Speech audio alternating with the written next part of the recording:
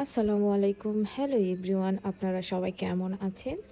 নূপুরের রান্নাঘর ইউটিউব চ্যানেলে আপনাদের সবাইকে সুস্বাগতম। আজকে আপনাদের সাথে একটা মজাদার রান্না শেয়ার করব।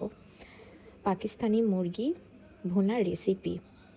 প্রথমে পেঁয়াজ কুচি লালচে আকারে ভেজে নিয়েছি, জিরে ফোড়ন, আদা রসুন জিরে বাটা, হলুদ গুঁড়ো, মরিচের গুঁড়ো, ধনিয়া গুঁড়ো, জিরে গুঁড়ো, স্বাদ মতো লবণ দিয়ে ভালো করে কষিয়ে নিয়েছি একটু সময় নিয়ে।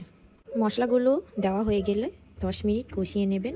কষিয়ে নেওয়া হয়ে গেলে যখন তেল বের হয়ে আসবে তখন মুরগির মাংসগুলো দিয়ে দেবেন। এই মুরগিগুলো সেদ্ধ হতে একটু সময় লাগে।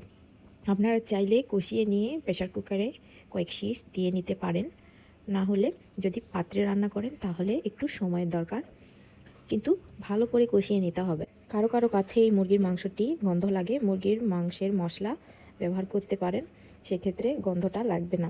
একটু সময় নিয়ে কষিয়ে নিতে হবে। কষিয়ে নেওয়া হয়ে গেলে ভালো করে সেদ্ধ করে নিতে হবে। এই মুরগির মাংস ভালোভাবে রান্না করলে কিন্তু খেতে অনেক ভালো লাগে।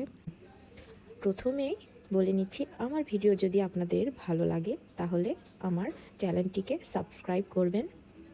এক একজন এক এক রকম করে রান্না করে, এক একজনের রান্নার স্বাদ এক এক ধরনের হয়, রান্নার শিল্প।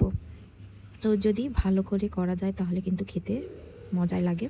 আমি আবারও একটু মুরগির মশলাগুলো দিয়ে দিলাম যাতে গন্ধ না লাগে। আবারও একটু কষিয়ে নেব। কষিয়ে নেওয়া হয়ে গেলে পর্যাপ্ত পরিমাণ পানি দিয়ে এটা সেদ্ধ করে নেব। যখন একটু গায়ে গায়ে ঝোল হয়ে যাবে তখন পরিবেশন করে নেব। এভাবে রান্না করে খেয়ে দেখবেন, খেতে কিন্তু অনেক মজা লাগে। Thank you so much for watching my video.